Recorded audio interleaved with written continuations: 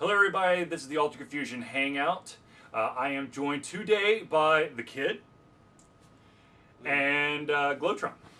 GloTron, of course, is the mega popular DJ in Starksville, Mississippi. Mm-hmm. Yes, okay, awesome. And then, of course, the Kid is the Kid. I mean, he's popular everywhere he goes. So, it is awesome to have a slightly different cast of individuals, and it's even better to have two plus myself in there because we can get a real discussion going on. So let's start off with what was your first video game love? We'll start with GloTron. First video game love? Yep. Many moons ago. I remember hating Mega Man. I believe I had like Mega Man 3 for Game Boy, and I absolutely could not get past like the first level. Same with The Legend of Zelda. Was that Link to the Past was the first one? That was the Super Nintendo one. Zelda was the first It would one be for for Game NES. Boy? Game Boy, they might have, well, no, they probably wouldn't have done Zelda. They probably would have done, oh man, what would they have done with Game Boy? Damn. You're traveling in a world that I have not talked to Game Boy in a long time. It might have been Zelda. I mean, I know that they released Zelda, and no, they released it for the Game Boy Advance.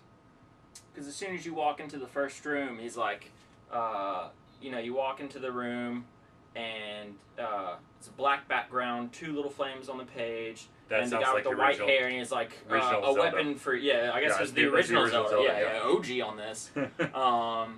That was the first game that I remember playing over and over and over, even though I never actually beat it Right. Until recently. And then I remember the day that we got a Super Nintendo, probably 1996, for Christmas. Thank you, Santa Claus. And, we had the Super Mario World and games like that. And I guess back then gaming did something different than it is for me now. Back then, I remember my neighbor growing up, or our neighbor, it's not my kid, but a kid I grew up with, was Taiwanese, and he would get, the PlayStation import, had Sega CD, Sega Saturn, Sega 32, and all of the add-ons that you could get for all those games. I remember going over there, and he would have all the pirate editions of Dragon Ball Z on his computer. The first one of our friends with a computer. Right. We would be able to watch the Dragon Ball Z with the subtitles before we could ever watch it when it came on cable here in the States. And I'd say the first game that I really could not ever put down that I can remember would probably be Pokemon, actually. Because we would play it on that road trips to and from Mississippi to Atlanta, riding in our folks' car. We would play it nonstop. I mean, there and back, on and on. We'd beat it. We'd cheat when we got to was it Misty's battle, where you can ride across and then you get missing number, and doing that cheat to give us infinity lives and super balls and rare candies and everything. So I remember doing that and loving playing that game. We still do to this day. Right. Kid? What was the question again? What was the first game that really did it for you? Probably Mutant Ninja Turtles on NES. Still the hardest game, can't beat it. Because I think it's now at my grandparents' house up north, and I still play that and I still can't beat it. I try and try and try. It's the most game that I know. It's Super for SNES. Is it? Yes. Okay. Still. A Land Before Time, I believe it is. Yeah, it's. Yeah, I have to say that video games, in my honest opinion, I think video games have become easier or simpler as time's gone on. I don't think it's because we've gotten older. I think it's just they want to dumb it down to have more people play the game. So like the Mega Mans that you had to remember these crazy ass codes to unlock your game where you left off. The Mega Man 3 and Mega Man 4. I have both of those for the NES. They're actually sitting right over there. I actually, my first game, and I'm not going to say what year this game came out. It was on a computer. It was a game from the Learning Company called Think Quick, and it was basically a problem-solving game. And I'm like, holy shit, this is awesome. I want to do this like forever. So I still do it. I'm a game reviewer for all my free time. So, but yeah, Think Quick. If I want to go console, I would definitely say. My grandmother had a Nintendo. She got me a Nintendo. She got me a Super Nintendo. She got me a Nintendo 64. But the game that really, the first game that allowed the first console to actually enter my own house was Final Fantasy VII. And holy crap, the amount of time I spent on that game. Holy crap. 99 minutes, 99 hours, 99 seconds. Yeah, it basically maxing out everything possible. As you guys might have heard, there's a new Xbox coming out. There's a new PlayStation coming out. Now there's been a huge amount of controversy when the new Xbox One, which I'm not exactly sure why they named it Xbox One. Well, they named it because they wanted to be the one, kind of like Neo and Matrix, but the one media-centric device where you can watch your Netflix, your Hulu, but you can also put your HDMI from your cable through your Xbox as a pass-through. Right, as a pass-through, and then it would help you, tailor your selection for maybe recommendations for TV shows. It would give you the TV guide. And of course, because it's going through the Xbox, you can then give the Xbox commands and go Xbox TV, and it would basically start streaming your TV. Xbox split screen, and it would basically split down, and you could be like Xbox split screen web browser, and you can have a web browser going on and a TV going on. Really awesome stuff. Now, of course, they're like, yeah, it's going to be always active, and a lot of people are like, oh my God, that's an invasion of privacy, because that camera is always going to be active. What if my girlfriend's there? And I love the fact that people think that far ahead, but I'm going to be honest with you. The majority of the people that first get this console are going to be those stereotypical nerds that actually fully fit the stereotype of being those overweight, don't wash individuals who live in their parents' basement and probably sit around in wife beater and tidy whities that are beyond dirty. And I'm pretty sure that Microsoft does not want to see that 24/7. So I don't understand, So Microsoft was like, oh no, okay, fine. The camera's not going to be live 24/7, which means that you might still have the ability to go Xbox on and then automatically turn the Xbox on if it's in an off state. But the thing is that both of these consoles, in my mind, and I'm curious to see what you guys think, but in my mind, I don't view them really as consoles anymore, because because to be honest with you, the main objective of the PlayStation 4 and the Xbox One is not to play games, but to be like your source for watching, internet browsing and watching videos and being able to watch your TV for the Xbox. And for me, in my mind, my definition of console is a system that plays games. And so, what do you guys think? Do you think that the Xbox One and the PlayStation 4 deserve to be still called consoles, or do you think that they've grown past that name and have become what really, in my opinion, they really are, just media-centric devices? Well, I guess the term, I agree with you on console and naming all the other, a console is a name for, any other gaming device that you would hook up to your television or whatever. Right. But then you've got now, I think it is literally just now a computer, even though it was still a computer then. Right. But now, but I see them using it as a media-centric device. I don't know if I wouldn't call it a media-centric device or a media center. Mm-hmm. I would, call it by its name, I guess, the Xbox One, even though it sounds kind of like, hoo-ha, the Xbox, turn on Xbox One. Mm-hmm. But you know, they are very powerful computers that you're hooking them through your TV, and I totally understand them wanting to route all of your entertainment needs, you know, through the device, because now they've got more ability to put their you know, the ways that they're showing throwing their advertisements down your throat. Yeah. You know, whether they're wonderful for you to see, whether you enjoy them or not. You know, it's their way to continue to you know, figure out what their best next move is for them to develop the games, and like you said, you know, direct you to the other TV shows and whatnots that they have passing through it. You know, with Netflix and Hulu and things, and I really enjoy that because I've got you know, an Apple TV hooked up. Normally, whenever I'm sitting at my entertainment center or what have you, you know, I have my computer running through an HDMI hooked up to it. Most of the time, I'm listening to music, and so I'll have you know, a hard drive hooked into my Xbox with a bunch of music in there that I play and kind of turn down the volume of the game unless it's a game that I need to, you know, really listen to what's going on in it. Right. And I'm enjoying that, but I guess it is kind of taking away from them being consoles, but I've, you know, the whole entertainment value of it, though, I think is going up.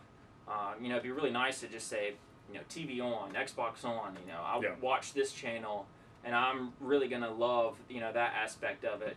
And then you know, just walking by it, or if you sit down on the couch, you know, it's supposed to recognize you or something, and turn on, and all your gesture movements and stuff that they're gonna use is going to be really great, and, you know, like, save the time of looking for the remote for the TV and the cable box or the gaming console, and I'm really going to enjoy those features of it, but I still think I'd probably call it a console. Okay. As far as that goes, you know, it's all about making life easier. That's all they're trying to do. Right. But the thing with consoles are, in my mind, you know, you have Super Nintendo NES, you have Wii, you have the PlayStation 1, you have the Xbox One. It's Xbox 360, you know, Xbox like One itself, you know, PS1, PS2, PS3, PS4. As far as those two go, I don't think they're called consoles. I think they're just upgrading a system. Like, there's no need for calling it a console a name. You know, it's just making it, upgrading it. That's all they're doing. It's upgrading it. I mean, they're adding stuff, but they're making it, as technology grows, it's easier for everyone to, you know, watch TV while you're playing Xbox instead of sometimes. Heck, I think there's going to be like PS3 that has its own like TV screen that's going to pop up, or you can project it from the wall. There's going to be a projector later. It's just easier. But I think the whole console name has gone out the window, except for like, I guess the Wii U, like that. I guess you can call that a console. But as far as like PS3 and PlayStation, Xbox, maybe not. I don't think they're consoles anymore. I agree, and you're right. I think that really the only system out there that you could really say is a true console is the Nintendo stuff. And the unfortunate thing is that Nintendo is so far behind on like the technology side and having this internet integration, and I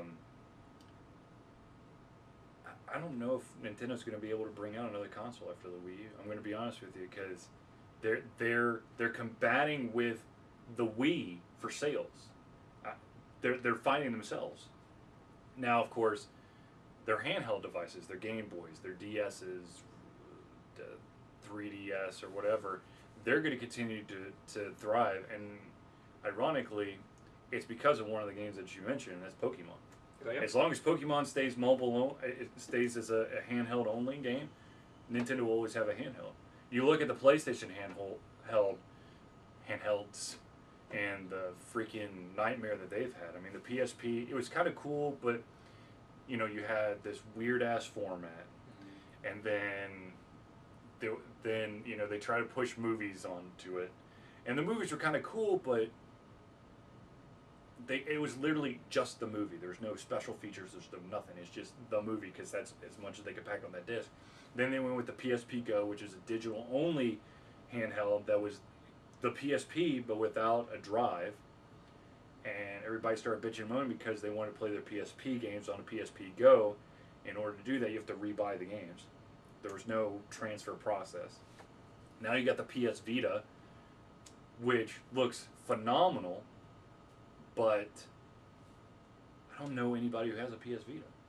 And here's the real curveball, and I want to see y'all's reaction on this. Sony, I'm sure that they're going to recant on this. They're going to retract almost immediately, but they have come out and said that any PlayStation 4 game without a third-party peripheral, so like a balance board or something that PlayStation does not offer through their system, any PlayStation 4 game must be able to have a remote play functionality to play on the PS Vita. Every game Yes. Every single PlayStation 4 game, every single game released on the PlayStation 4 must have a remote. must have the remote play for PS Vita, the handheld. I guess that's good for they're trying to up the sales of the Vita. Right. I can see that being difficult for programmers. I've never programmed a PlayStation game or done anything like that, but I can imagine the difficulty it could bring for.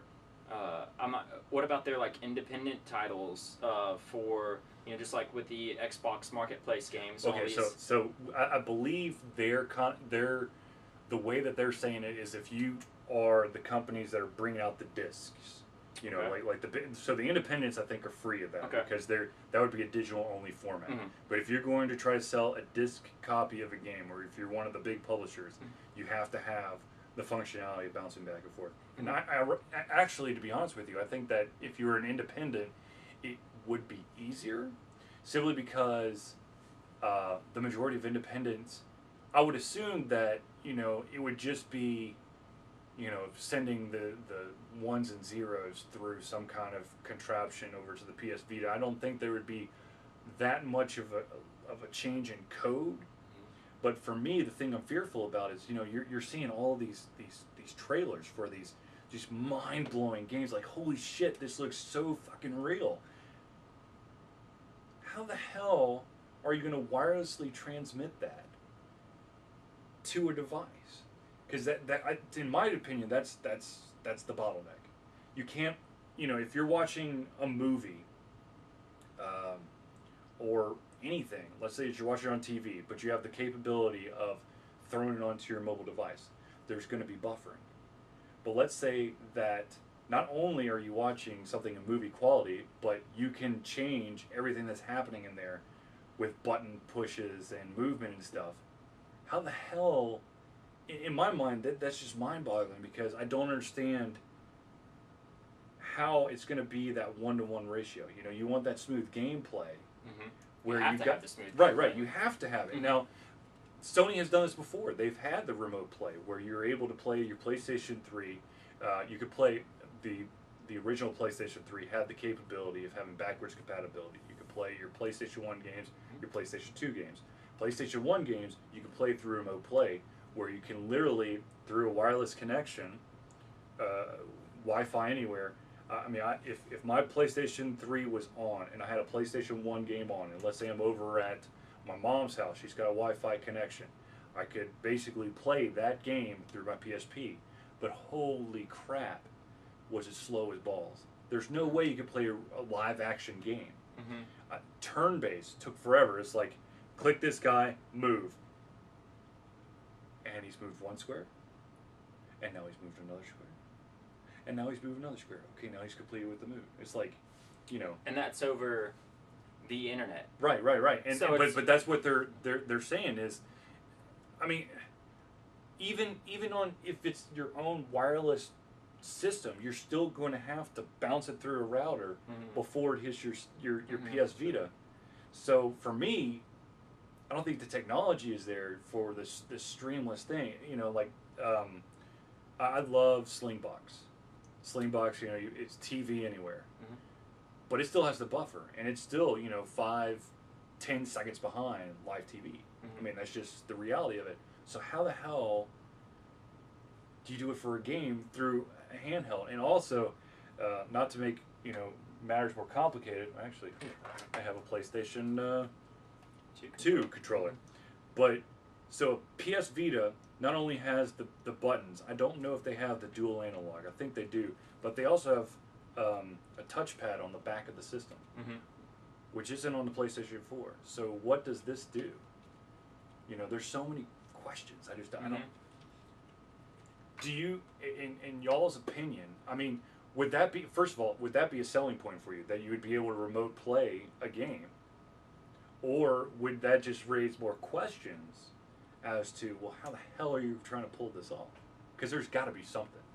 Yeah, I think it's definitely possible, and I know they've because I know streaming now with today's wireless networks being what A, B, G, and N. Yep. And then now you don't see anyone with just an AB router. They all have G and N routers, and the up and down speeds of connections between those I know are fast enough for whatever the resolution of the Vita would be, and the streaming capabilities of the PlayStation 4. Right. You know, I know they would be able to stream whatever data they would need to back and forth between the two. I'm assuming that I'm not sure the specs of the Vita, Right. but I would assume that it's got enough processing power, you know, whether the PlayStation 4 handles the graphics processing or the gaming processing or the Right. physics processing, and the Vita is merely a secondary screen, you know, whatever information they will put, just like the 3DS, you know, you have the top screen Right. and the bottom screen, you Right. know, where you have another view for games and things like that. Mhm. So I guess, you know, and they both could be simultaneously pulling information, you know, since they are synced up together from the internet. Right. So, you know, the Vita could pull its own amount of data that it needs to about your online play from the internet simultaneously with the PlayStation 4. So I think the capabilities of those, you know, when you hit a button on your controller for the PlayStation 4 and the button on your controller for the Vita, I think connected, you know, they can respond just as quick as they need to handle the gaming that you're trying to you know, carry on with. And I don't think they are going to struggle with that. You know, just like if you're playing COD with some people, and you know somebody else in your house is on Netflix, you know, but streaming 1080p video, you know, you're going to buffer and lag and everything. Right. And you know, so you know, but you know, that's only, you know, the 10% of people that either have, you know, less than, say, you know, 10 megabits per second internet, you know, in the lowest tier of internet that you can find around, or just happen to have crappy internet, or too many people on the same network, you know, bogging that down. But I think the relationship between the Vita and the PlayStation 4 should be pretty seamless. You know, Sony's got, you know, what is it, 8 processors in the PlayStation 4. I remember whenever they made some of the announcements that they were going to, that just the, you know, just like you said, the Wii is way behind in the technological aspects, but you know, that's where the PlayStation and the Xbox succeed, is their, you know, supercomputers, you know, stronger than most computers that we have in our house. And so I think it'll be all right in that, you know, hopefully they'll get all the, you know, bugs kicked out and everything before they come into before they enter our households, and hopefully it's a really cool device that'll, you know, be really fun and interesting to play with alongside with the PlayStation 4. Right. As far as marketing it, I don't think the technology right now, as far as like wireless internet, is fast enough in a lot of homes. The only people that I know that would have like the fastest internet that pay, but you know, people want to play, but they don't want to pay like super, you know, expensive internet. People are like, oh, I want to play cheap. I want to play like my games like COD and without lag. But like marketing it like for kids and stuff would be perfect. Like that's who play it. Kids on the roads, or kids at their grandparents or your families and stuff. You know, they sit on all day playing on a system. So I think I think it would be good for like the kids and stuff, but I don't think it's worth it. You know, to be honest with you, I was just thinking about it. You know, on a Wi-Fi connection, it probably would be possible, and I wonder if they're going to cap it at Wi-Fi only. Now, I know that the Vita has the capability of doing a 3G connection, and I know that would not work. That 3G is just way too slow. And you're it's funny we're saying that. Way too slow. I can stream this Netflix at great resolution on my iPhone on 3G, but playing an online game would be murder. So next question would be if the Xbox One and the well, I know that they're going to come out on the same day. The Xbox One and PlayStation 4 come out. You have the money. Which console would you put down on? That's a toughie. On day one, Yep, day one. PlayStation. Well, after going, I didn't go to E3, went outside of E3. Mhm. I mean, I don't know much about PlayStation stuff, but everyone I talk to, they say PlayStation hands down. There's no going around it. I pre-ordered the Xbox One. Well, that's Yeah. exactly. I'll Right, have right. PlayStation Well, on the Xbox when Right, I'm right. out. Yeah. No, I mean, to be honest with you, I think that the capabilities of the Xbox One outside of gaming supersede the PlayStation 4, and I'm more interested to see what they do. Yes, I know. I am a game reviewer, and it's kind of, it seems kind of like counterintuitive for me to be pushing for the console that was not marketing the fact that it plays games, but the fact that it was a more media-centric device. Mm-hmm. But at the end of the day, I went with the Xbox. Why's that? To be honest with you, I think one of my biggest issues is that Sony has, in the past, shot themselves in the foot like a couple times. The Xbox 360 and the PlayStation 3 are supposed to come out the exact same time. At the last minute, Sony pulled the PlayStation 3 back, gave Xbox free reign for 6 months because they redesigned the controller, the Batarang, to make it more of the PlayStation 3 controller. And then also, Sony decided that Rumble was a last generation feature, so the original PlayStation 3 controllers didn't have Rumble in it because they thought no one wants that.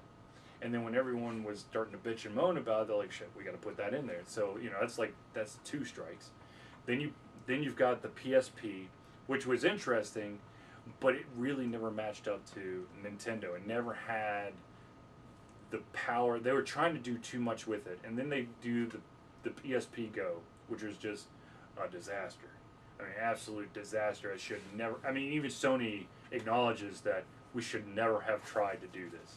Yes, the future is a digital-only format where you log on to your console and you just download, you pay the price digitally online, and you pay the game seamlessly goes into the magical cloud, and then you can play your game. Mm-hmm.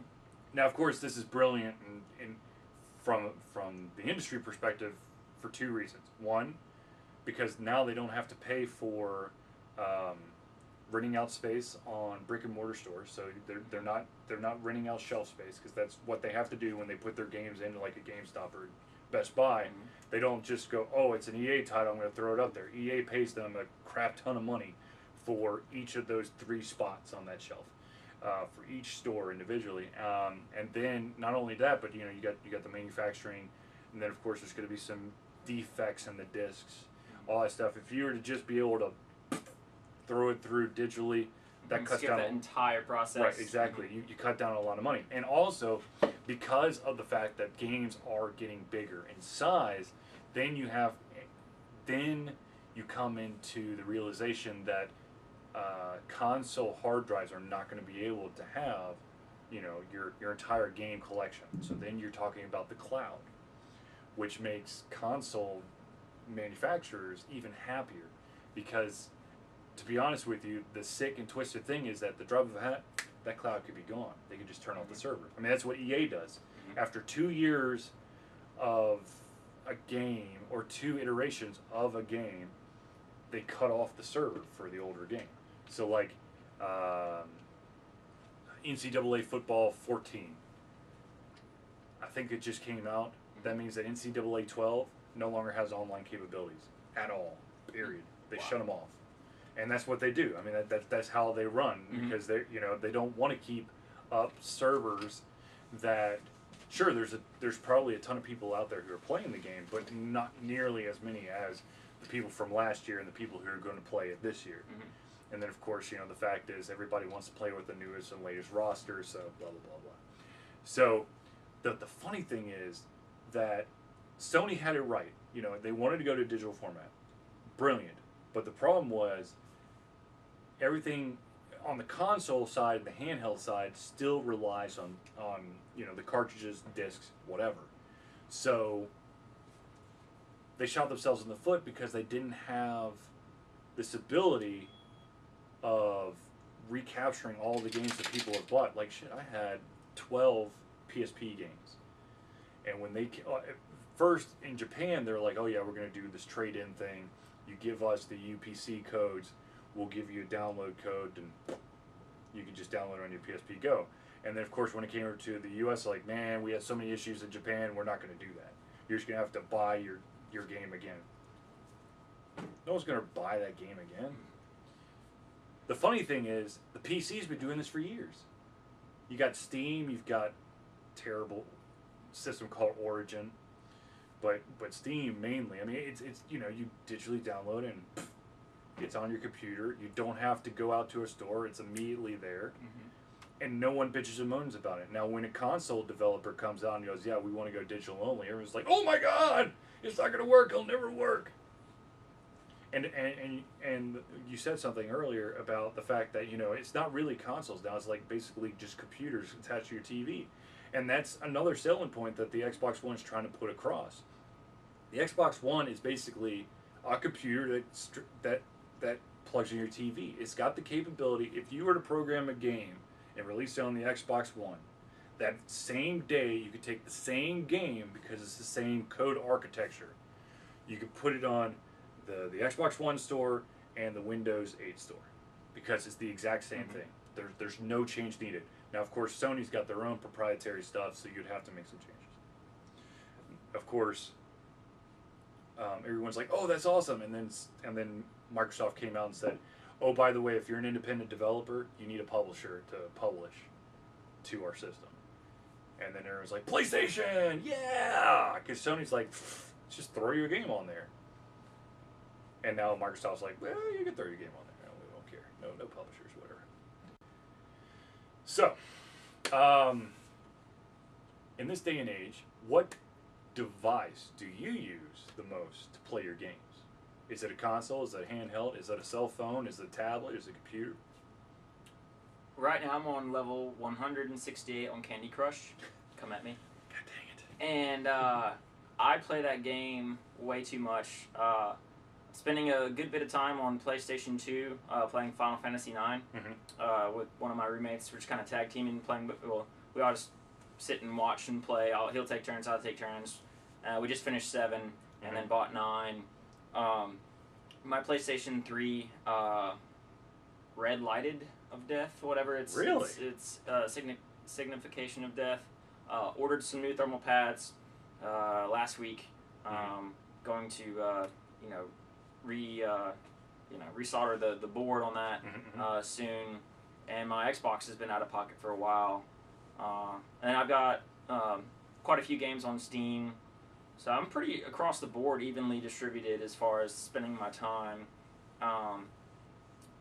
but probably the PlayStation 2 and my phone as far as gaming goes, spending most of my time on that. It's so easy, just it's in my pocket, I'm wherever, just pick it up and play. I hate this term, but there is a lot of, as people would call it, shitter games, where literally just, you got to take a dump, throw out your cell phone, and boom, there you go. You got your 5, 10, 15 minutes, however long it takes you, and and then you get your gaming in that way, and that is the brilliance of it. I mean, so. Right now, I play PS3.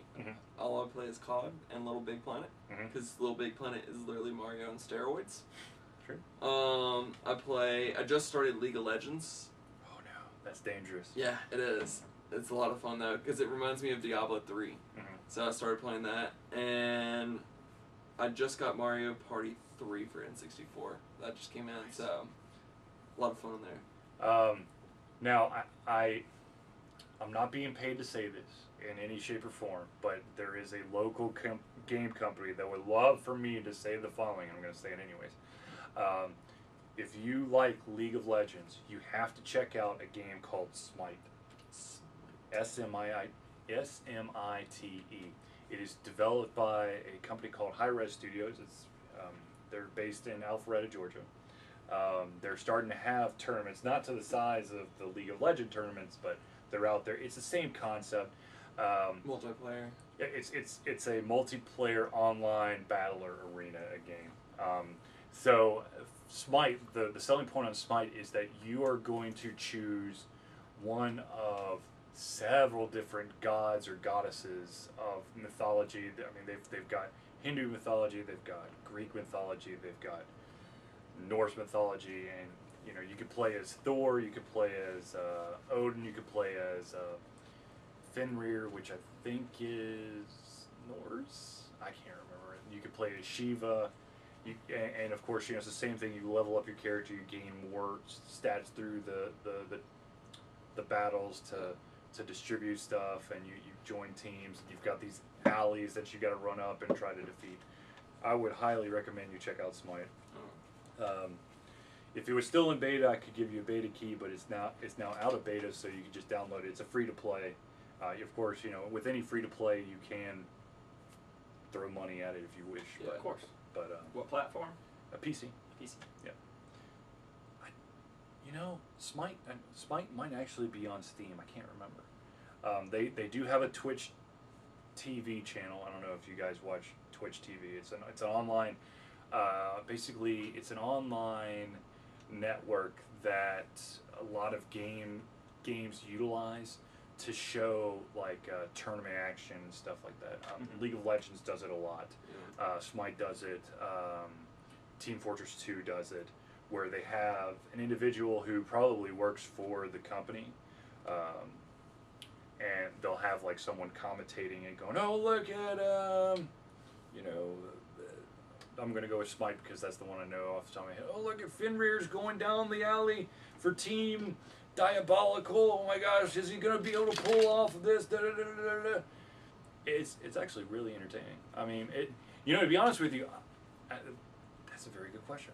Do you think that these type of games like League of Legends, Team Fortress 2, Smite, these kind of like online competitions, can they become truly spectator sports where people would tune in like I hesitate to say a pay-per-view event, but you know, in Korea they have like, you know, the live StarCraft 2 deal where people fill out these like arenas to watch these people battle it out on the big screen.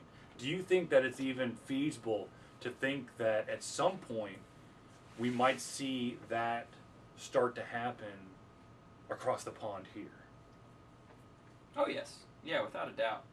I mean, just the entertainment value of that with, you know, I'm sure the Twitch TV has favorited videos, you know, if it's not just a streaming, just like YouTube or whatever, you know, with Leroy Jenkins' video, you know, probably how many million views does that have just on its, you know, the entertainment value of that, you know, will definitely keep, and especially when there's money involved, you know, if someone's making money off of it, then, you know, then it could be there to stay, and, you know, I'd watch it. Oh no, as far as selling point stuff, like I got on YouTube when I started League of Legends to see who like the best champions were, and I had like millions and millions of views of just random just battles, like championship, and then on the thing it said, "Want to play in the Staples Center in LA?" I was like, "What?" Like they've gone all that way, and people watch it. So yeah, people, I mean, do it, and like there's main selling point of why people watching it is because it's free to play. Yeah. Oh, absolutely. I think that's the only reason I got it. And to be honest with you, in Korea, you know, literally they have training houses. They've got those individuals that I think there's 10 main training houses where people literally lock themselves away, and all they do like 12, 16 hours out of the day is play StarCraft 2. And then, you know, you've got to be in the top, I think it's like 6 in the house to actually be allowed to do competition. But, you know, you get, you're paid food, room, and board.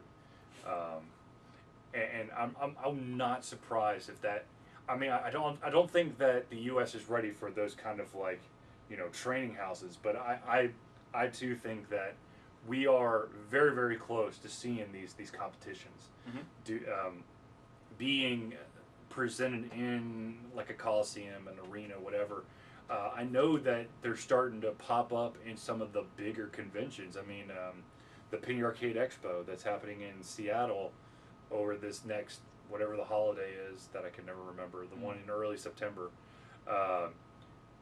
Smite is going to be there, and they're going to do a huge ass tournament there. Of course, PAX has a huge ass like bring your own PC room. So I mean, it's just monstrous. But I think it's cool, and it's very interesting, and I think there is some educational value in it. Yes, not in your your old school sense of the term, but if you're a League of Legends player, you're a Smite player, you're a Team Fortress player, you can pick up tips or strategies, how people are doing stuff, and then try to apply it to your own gameplay and then better yourself. And so I think that alone would be a strong enough draw to bring in a ton of players. And then of course having that wonderful tag of free to play. Yeah. But man, free to play is an interesting term, because sometimes, yes, a game is free to play, but to actually truly play, you have to pay. League of Legends, thankfully, does not follow that pattern, but there are quite a few MMOs that are like, you could play for free, but if you really want to be able to level up or do this or do that, well, then you're going to have to pay us money. But the other thing with free to play is that they get away with being able to, well, you're not paying for it, so if the game's acting like crap today, oh well.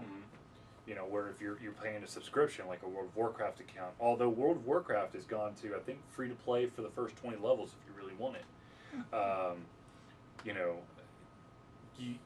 If you're paying a subscription fee, you want quality. You don't want jankiness. You don't want to have these issues with your router, your or your gameplay. If you're starting to lag out like crazy, you don't want that if you're paying a subscription. So. Yeah, it happened with SimCity for PlayStation 3, I believe, where you bought the game and then it wasn't active for 2 months. No, that's SimCity for the PC.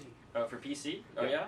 I remember just seeing something on a forum I was reading. So the latest and greatest way of trying to deal with piracy on PC is the always on game.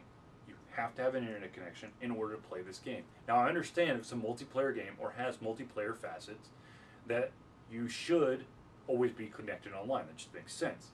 But if you're playing a single player only game like SimCity, why the hell would you need to constantly be online? See, here's the this was the biggest issue with SimCity. One, you're right. A lot of the game was not truly available upon launch. They had all kinds of internet issues, like people couldn't even play the game. The other problem was they had, I think there was 20 servers where your system would automatically link to one of those servers. Now, because they were having so many issues, they were allowing gamers to bounce to different servers if your server was unavailable. But here's the catch.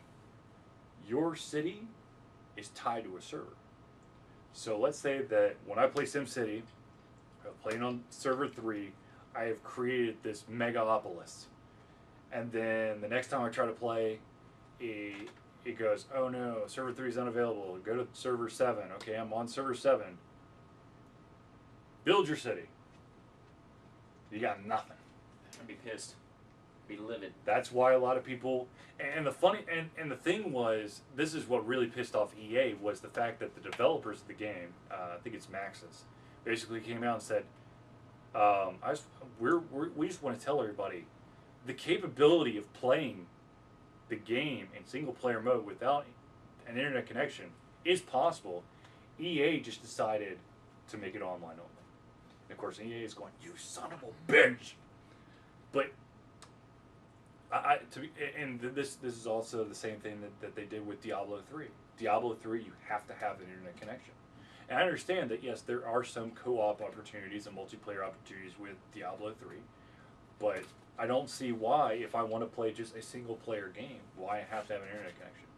I don't understand that. And to be honest with you, somebody finally told me that there was a way to fix this, but for the longest time, in Diablo 3, it defaults to if you have a friend on your Battle.net list, if that individual wants to join your Diablo 3 game, they can automatically join at the drop of a hat. There's a setting that you can change to make them, where it basically prompts you, hey, this guy's trying to join the game, you want it. Well, I didn't know that. So I'm battling Diablo. I'm at the end of the game, and my buddy jumps in, and you don't jump in. If you're joining a game, you don't jump in where the player currently is. You jump in at basically the base city. And my buddy just went about window shopping there. But as soon as an extra individual jumps into your game, the difficulty ramps up for everything in the game. Mm-hmm. So instead of me barely hanging on to life against Diablo, I was getting my ass whooped by Diablo and not doing jack shit about it. So PC has gone digital, which I'm very happy about, but they're trying, of course, they're trying to combat the piracy because PC is an open platform, whereas, the Xbox, the PlayStation, all that stuff, it's a walled garden. Mm-hmm. You've got to know the special handshake to get your game on there. So, we're going digital. I mean, we give a talk called The Destruction of the Game Industry as We Know It. And I know a lot of people are like, oh my God, the video game industry is going away. No, it's not. It's creativity. The major consoles, the Xbox, the PlayStation, the whatevers, they're producing reboots and sequels. I mean, if it's going to be Call of Duty Modern Warfare 17 before you see something new. And to be honest with you, the Assassin's Creeds, they're running out of the ability to do Assassin's Creeds because they're soon going to be impending upon Call of Duty territory. And I'm going to tell you this right now, and I think everyone knows that if Assassin's Creed tries to get close to where Call of Duty, the original Call of Duty is, Call of Duty wipes the floor with Assassin's Creed every single time because Assassin's Creed is just not, it's not built for a first-person shooter or a third-person shooter for that matter. It's all about stealth, and there's stealth in Call of Duty, but it's all about the wars and the strategy and stuff. So there are quite a few systems out there that cater to independent developers. One is actually sitting right behind that TV. It's called an Ouya. Yeah, I have an Ouya. It's right behind that TV. Yeah. You can just grab that small box. I read a thing about that. Ooh, yeah. Yeah, just unplug it. It's fine. So this right here is an Ouya. Literally, if you want to make a game for it, USB connection to your computer. Boom. This is your dev kit. This is your console. It's $99. If it sticks around every single year, they're going to come out with a new Ouya. It's going to cost you $99, but it's going to have all better internals. Mm-hmm. It's very easy to make games for. It's Android based, but you can't get games from like the Google Play Store. You have to. It's a special brand of Android, mm-hmm. which at first everyone's like, oh my God, that doesn't make any sense. And of course I jumped on the bandwagon. Oh my God, it doesn't make any sense. But then, why make a system where you want individuals to utilize your system to buy games and get a return on it, and then allow them to buy from a third-party place? So, if I have an Ouya, which is $99, and they've come out with a bunch of games, if I buy it from the Ouya store, the Ouya people get 30% of it, 70% goes to the developer. I mean, that's the usual contract mm-hmm. for almost every single developer. But if it was basically the open source Android that everyone loves and adores, then that means that I could go to Google, and then Google would get all my money, would get the 30 split, and then the 70 would go to the developer. Ouya would see nothing. Mm-hmm. So I mean, that would be a losing strategy, because mm-hmm. why the hell would you even put all that technology and all that research and development in it? So I understand. But here's my problem with this wonderful device, and several different devices that cater to the independents. There's no marketing. There's absolutely no marketing. They were gung ho during Kickstarter, but as soon as they started releasing these out, they disappeared. My fear is that you won't see a second iteration of this, simply because the only way that they're advertising the games that are coming out for this system is on their own website or their own Twitter feed, their own Facebook page, their own Google Plus page. That's it. And then they expect the developers, these indies that are just trying to start out, that don't have a budget whatsoever, to market their own game. How? You know, you got EA. EA's got millions upon millions of dollars just for marketing, to do the posters, to do the magazines, to do the TV ads, the banners on websites. This right here is a great example of a chance for innovative games to exist, to basically show the big dogs that you can come up with an original idea and it can succeed. But no one knows about it. No one knows about it. God, it's a pain in the ass. I mean, I'm going to be honest with you. There's a ton of craptacular games on this, and it's the same with anything. The one benefit for the Microsoft or the Xbox One had with forcing the publisher was the publisher is going to be the gatekeeper. All that shovelware, all that crap was going to be stopped right at the front door and wouldn't flood the marketplace. Of course, everyone's like, "Oh my gosh, I don't want to work with the publisher," and I'm sure the publisher would probably, bend you over backwards, make you his girl as a result. But at the same time, it would have, kept crap under wraps. But this is so good. I mean, look how fucking small it is, and it packs a lot of power too. I mean, I think I do remember seeing its Kickstarter campaign. Yeah, it raised like $1.8 million. Mm-hmm. Yeah. Here's one of the controllers right here. Yeah, I do remember this thing. Yeah, almost pledged it. Yeah. Well, the scary thing is, this is one of, I think, 10 Android gaming devices, either handheld or console-based, that are out there. Mm-hmm. This one is probably the best known, and still no one knows about it. Mm-hmm. My thing is, I want to see the next awesome game. I want to see something original. I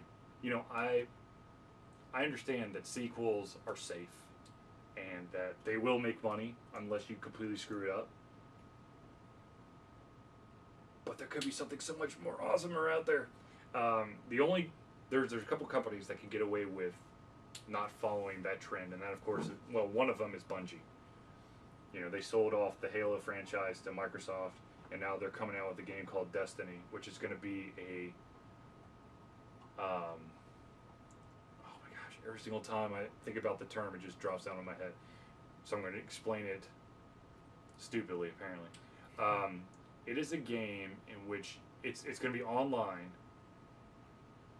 and the online game is always going to be on. So when you log in, shit could have happened since last you logged in. So it's constantly going, like, night cycles, day cycles, all that stuff. And, stuff could drop, change at the drop of a hat, which to me is awesome. Because if it's an ever-evolving game, that's the other thing, it's going to be ever-evolving. That's awesome, I mean, you want to be a part of that. Of course, that's what MMOs try to do. But to be honest with you, the majority of MMOs out there, the majority of the time that you're going to be spending is you're going to be killing the same monsters over and over and over again because you're too low level. And that's stupid. I can't. That's why I don't play it. That's why every single MMO I've played within a month and a half, I'm done with it. Because, first of all, I want a solo. I don't trust anybody that I don't know. That you could thank Halo for that.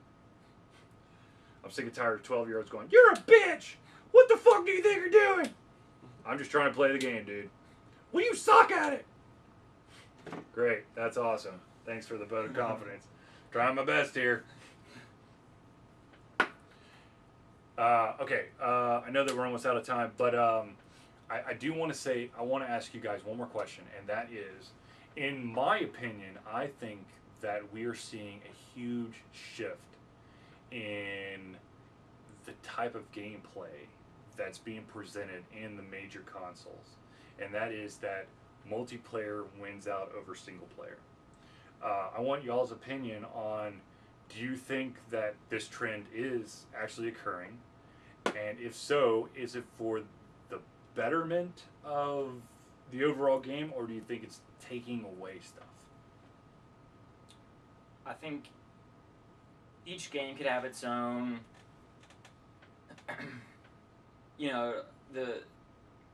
enjoying the multiplayer, whether in your own living room or online, is, I guess that you share that experience, and really, like, you're enjoying the accompaniment of other people in your game. Right. But you're saying how you love Halo so much, and it's that single player immersion in the game where you felt like you were in that world. You felt like you were that character. There was no one else in there, screaming at you, yelling at you, 12-year-olds cussing at you, or anything like that. You felt so immersed in that game that you were a part of it. Yep. And I feel like, as long as you can have those, it's tough to have those two things at the same time. Now with the newer Halos, it's a battle between whether you wanted to spend your time playing the single player and playing it out like that, or whether that single player, the gameplay was worth it for you. Right. And then whether the online play, just like playing a huge game of COD or whatever, and headshotting all your homies and stuff is where you want to spend your time and enjoying it that way.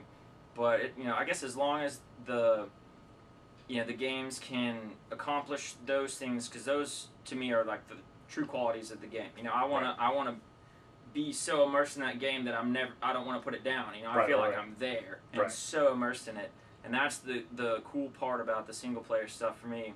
And then with the multiplayer, I either want to be the best, which is sometimes easier said than done, especially when you got or enjoying the genuine camaraderie of playing against your friends online and doing that.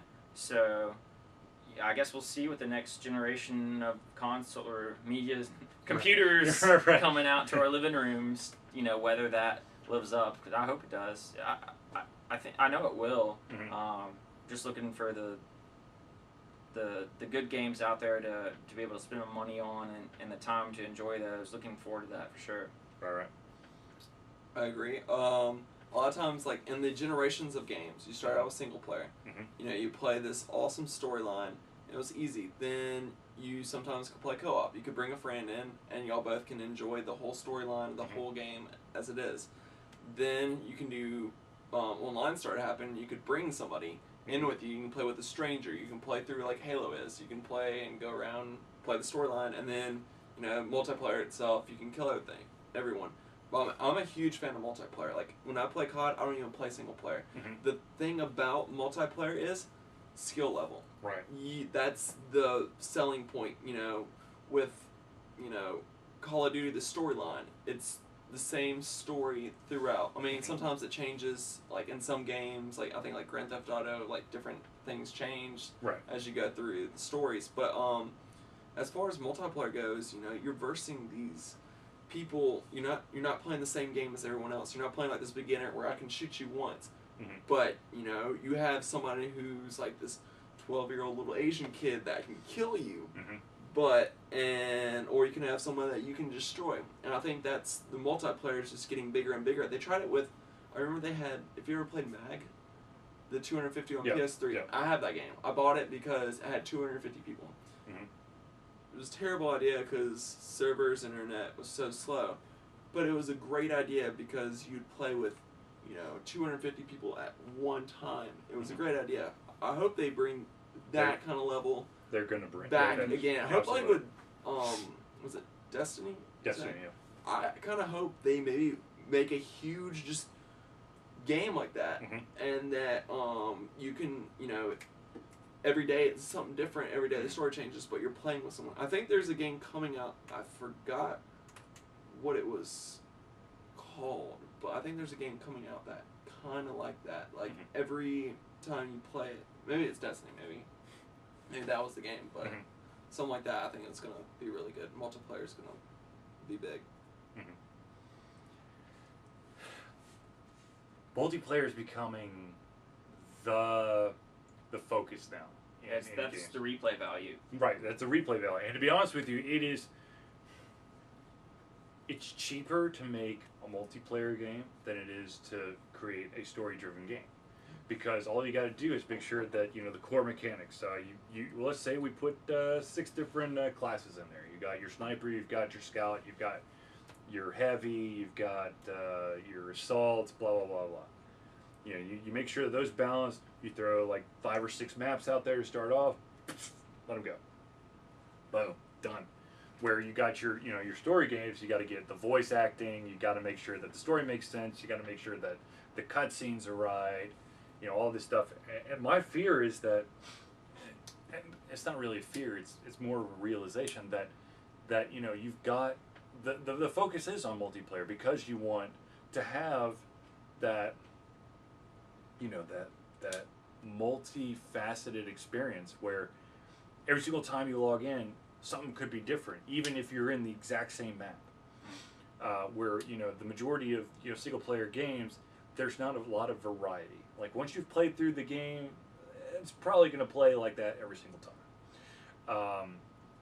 But my issue is that there are companies out there who are starting to use a single player experience simply for a tutorial.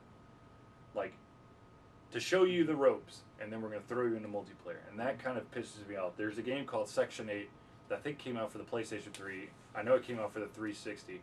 And I was like, oh, this sounds like an interesting game. And, like, the story was really slow. I started really getting into it in hour 3 and 45 minutes. And then I beat the game. I'm like, are you shitting me? It's like, oh, yay, come on, play online. I'm just like, I don't play online. So, yes, I think that's another thing that the independents have the advantage on, is that they can get away with these story-driven games. Yes, they're going to be a lot shorter than some of these epics that we've seen in the past. But I'm more of a single-player person than I am a multiplayer person, simply because I don't have that, you know, that itchy trigger finger. I don't do very well in that live stuff.